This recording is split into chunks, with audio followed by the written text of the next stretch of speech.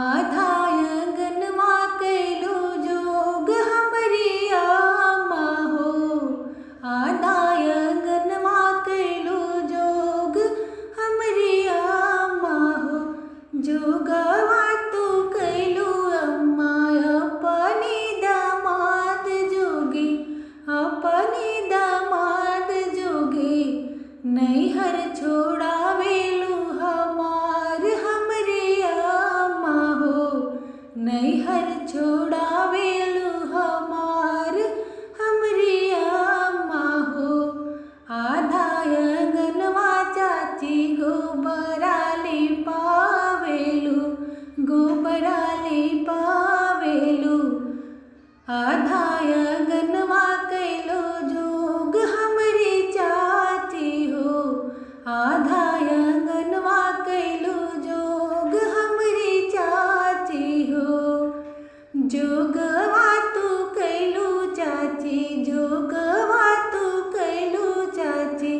अपनी दामाद जोगी, अपनी दामाद जोगी।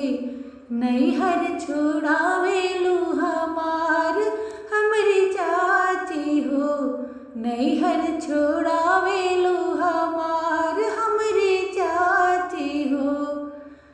आधाय गनवा भाभी गोबराली पावेलू, गोबराली पावेलू।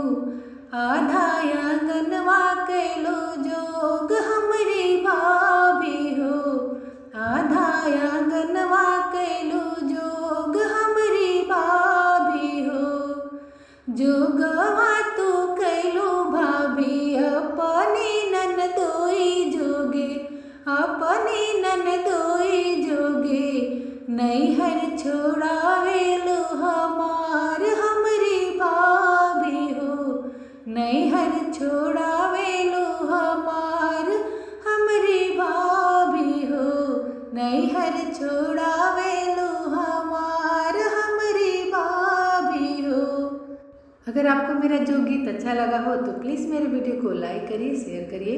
हमारे चैनल पर नए हैं तो सब्सक्राइब जरूर करिए। Thank you for watching.